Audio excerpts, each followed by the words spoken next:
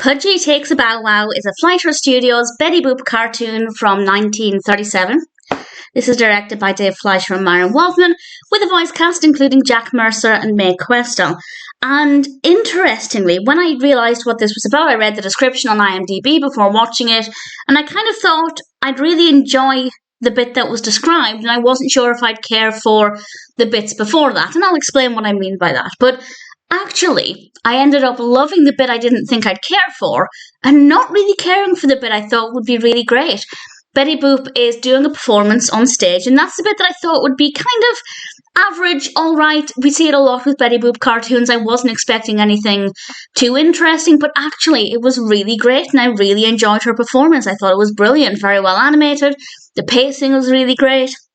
And then the main point of the narrative, which happens, I'd say less than halfway through, but it does take a little bit of time, is that Pudgy is being tormented by this cat, and they end up having a bit of a chase and a bit of a fight, and that gets in the way of Betty Boop's show.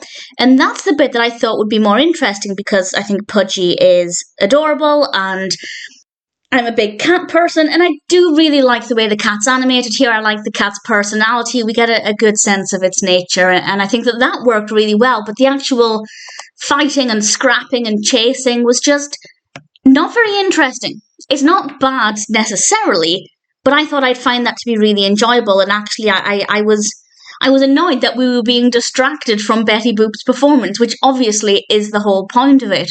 But I was really enjoying her performance, and I didn't really care for the animals running around, which is the bit I thought I'd enjoy the most. So it was definitely different to what I was expecting.